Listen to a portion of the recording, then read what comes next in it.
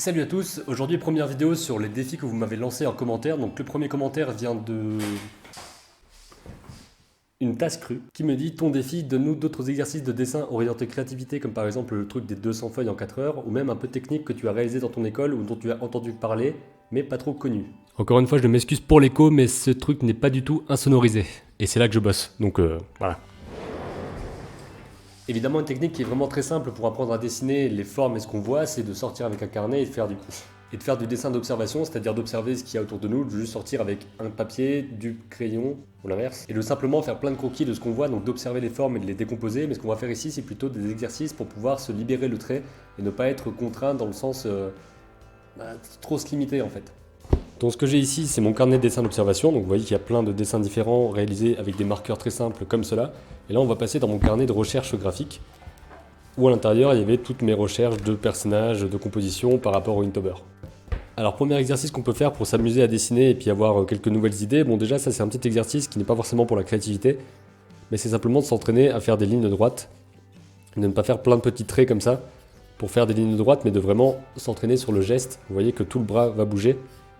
Pour faire ce genre de choses, on peut aussi s'entraîner avec l'épaule à faire des cercles, donc à en faire plein comme ça, à essayer d'avoir les cercles le mieux possible. Et ça va nous entraîner au niveau du bras à avoir une technique un peu plus rigoureuse, ce que j'ai pas encore forcément ici.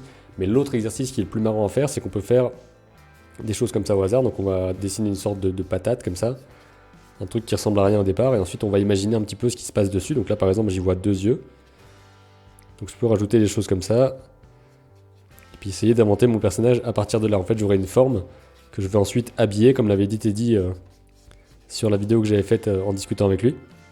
On dessine des formes au hasard, et ensuite on va venir les habiller pour créer des personnages, pour créer des différentes personnalités, des expressions, etc. Donc ça, c'est un truc qui est assez marrant parce qu'on peut vraiment se libérer. On peut faire absolument ce qu'on veut et on n'est pas contraint par des règles forcément de morphologie ou par des règles qui disent que l'œil doit être à tel endroit par rapport à tel autre. C'est quelque chose de beaucoup plus libre qui vous permettra sûrement d'avoir davantage d'idées.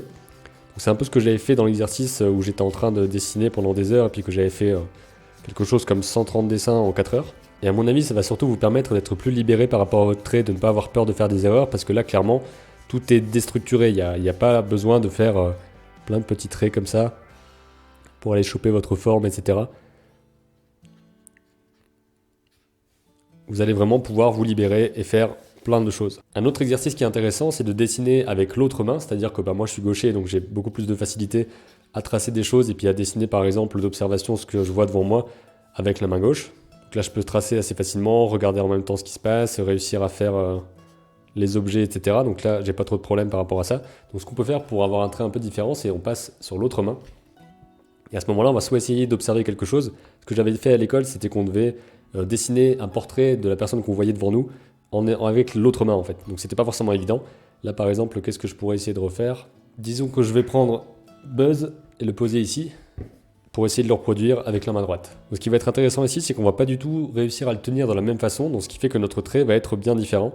Il va falloir se concentrer différemment pour réussir à retransmettre la forme comme on le veut. Je ne sais pas si vous voyez bien ce que je dessine. Donc c'est assez déroutant de dessiner comme ça, parce qu'on n'a pas du tout l'habitude de faire ce genre de choses, donc ça va être surtout difficile pour tracer par exemple des lignes, pour avoir quelque chose de droit, ça va être compliqué. Mais à mon avis, ça peut permettre de trouver une sorte de, pas de style graphique, mais plutôt, on va simplement devoir retranscrire la forme à peu près comme on le peut là maintenant, ce qui va permettre à mon avis de trouver un trait différent, et peut-être ensuite de récupérer des erreurs graphiques qu'on a fait là-dedans pour le rajouter dans nos dessins, on va dire normaux. Ceux qui ne seront pas pour cet entraînement-là.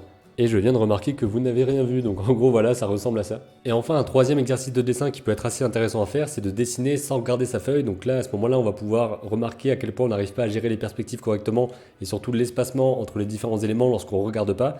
Mais ça peut permettre aussi de se connaître un peu plus dans ses dessins.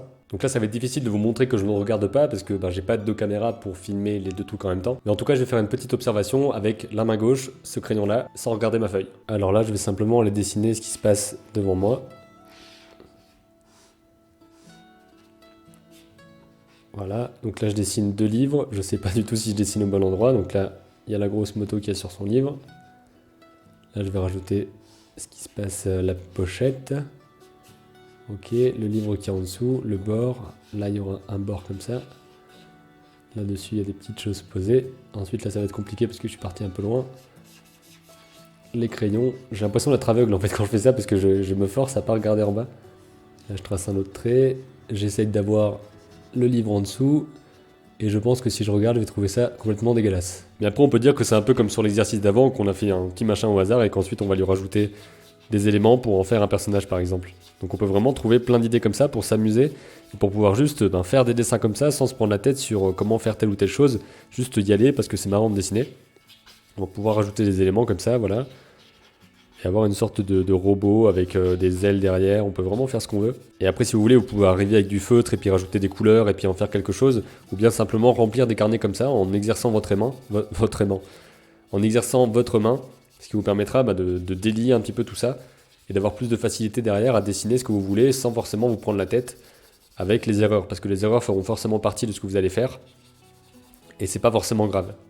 Je vais m'arrêter là pour cette vidéo, n'hésitez pas à me dire ce que vous en avez pensé et à proposer d'autres exercices de dessin si vous en connaissez. Là c'est vraiment 3 exercices basiques, en gros dessiner avec l'autre main, dessiner sans regarder et dessiner des choses au hasard pour ensuite en ressortir des idées. Donc ça vous permettra d'avoir un peu plus de créativité et puis de plus vous lâcher dans votre trait pour vous délaisser un petit peu du côté il faut que ce soit un trait parfait qui ressemble absolument à la réalité. Et si vous vous exercez avec ça, vous allez déjà vous amuser à faire des dessins parce que vous en aurez un petit peu rien à faire de ce que ça va donner, c'est juste je trace et on voit. Et à mon avis, ça peut aussi vous aider dans les dessins d'observation que vous allez faire après. Enfin, en tout cas, c'est une sorte de bon complément pour apprendre à dessiner et vous améliorer. N'hésitez pas à proposer d'autres défis et d'autres sujets pour de prochaines vidéos parce qu'il y en aura une par semaine durant le mois de décembre qui viendra de vos commentaires. Je vous dis à très bientôt pour de prochaines vidéos et puis d'ici là, comme d'habitude, créez vos images et racontez vos histoires.